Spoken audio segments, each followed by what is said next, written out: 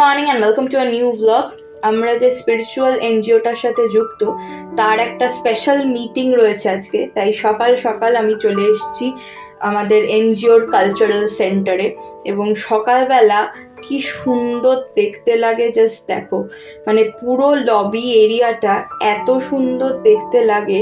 মানে সকালের রোদটা এসে পড়েছে তো একটা আলো জ্বালতে হয়নি, পুরো ঝকঝক ঝকঝক করছে। আর এই দেওয়ালের ইয়েটা তোমাদের সাথে শেয়ার করি, দেখো কি সুন্দর দেখতে লাগছে, অপূর্ব। তো এখানে আলো রয়েছে, তোমরা নিশ্চয়ই দেখে বুঝতে পারছো। তো সেই আলোটা জ্বললে না আরো ডিফারেন্ট দেখতে লাগে, আরো সুন্দর দেখতে লাগে। তো একটা কাজ ছিল, তাই জন্য এসছিলাম। একটা মিটিং ছিল, যারা আমরা যে কোনো মিটিং সাপোর্ট করি তাদের একটা মিটিং ছিল। তো সেই সব মিটিং সেরে এখন চলে এসেছি আর্সেলানে। আর রমজানের মাস, তো দুর্দান্ত খাওয়া দাওয়া হবে এখন।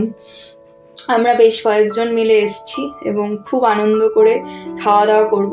লিফট ছিল, আমি লিফট নিতেই পারতাম, কিন্তু যেহেতু একতলাই জাস্ট উঠতে হবে আর এত সুন্দর কারুকার্য রয়েছে না, তাই মানে সবসময় সিঁড়ি দিয়ে উঠে আসতে ভালো লাগে। এই কারুকার্যগুলো দেখতে খুব ভালো লাগে, লিফটে উঠলে তো ওগুলো দেখা যাবে না। এই যে সিঁড়ির পাশে দেওয়াল জুড়ে কত কিছু করা, সেটা এত সুন্দর দেখতে লাগে। আর দেখো পুরো ফাঁকা রয়েছে, আমরাই প্রথম। এখন 12:30 বাজে, 12:34। তো আমরাই প্রথম কাস্টমার যারা এসছি। কি সুন্দর লাগছে, মানে যে কোনো জায়গার সন্ধেবেলার একটা আলাদা সৌন্দর্য রয়েছে, আবার সকালের একটা অন্যরকম সৌন্দর্য রয়েছে। এই রেস্টুরেন্টটাই সন্ধেবেলা যখন আলো ঝলমল করবে, মানে শুধুই আলো ঝলমল করবে, সূর্যের আলো থাকবে না, তখন একটা ডিফারেন্ট লুক হবে। আবার সকালবেলা একটা ডিফারেন্ট লুক, কি ভাল লাগে না আমার। তো যাই হোক, তারপর এখন ধরেছি বাড়ি ফেরার পথ। তবে আমি আজকে একটু বাদেই আবার মেট্রোতে উঠবো, মানে 2 ঘন্টাও বাড়িতে থাকতে পারবো না। আবার মেট্রো করে আমি যাব হচ্ছে প্রিয়া।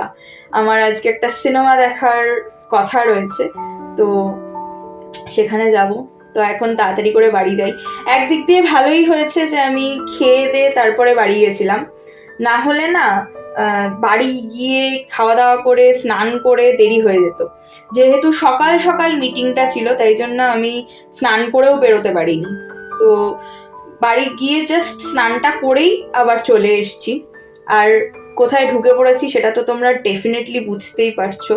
এই জায়গাটা তো প্রায় সব বাঙালিরই চেনা। রিক্লাইনার্সগুলো ছিল 2nd ফ্লোরে, আর আমার রিক্লাইনার্সেরই টিকিট ছিল, তাই জন্য ওপরে চলে এলাম এবং কোল্ড কফি খেতে খেতে অরণ্যের দিনরাত্রি এনজয় করলাম। আমি ফর দ্য ফার্স্ট টাইম দেখলাম, আর ভীষণ ভালো লাগলো, একদম অন্য রকম লাগলো। কোনো সেভাবে গান বা যেরকম আজকালকার সিনেমাগুলো হয় সেরকম কোনো কিছু না থাকা সত্ত্বেও জিনিসটা এত সুন্দর এবং মানে অপূর্ব লাগলো। আর যারা যারা অভিনয় করেছে তাদের ব্যাপারে কিছু বলার যোগ্যতাই তো আমার নেই, আর কি বলবো বলো। তো অসাধারণ লাগলো। এবং শুধু কোল্ড কফি নয়, তার সাথে আমি চিকেন স্যাটে আর ফিশ ফিঙ্গারও খেয়েছিলাম। তো আমার পেটটা অলরেডি ভরেই গেছিলো, আর দুপুরবেলা তো অলরেডি প্রচুর ভালো মন্দ খাওয়া হয়েছে। সেই জন্য বাড়ি এসে জাস্ট 1 কাপ কফি বানাচ্ছি।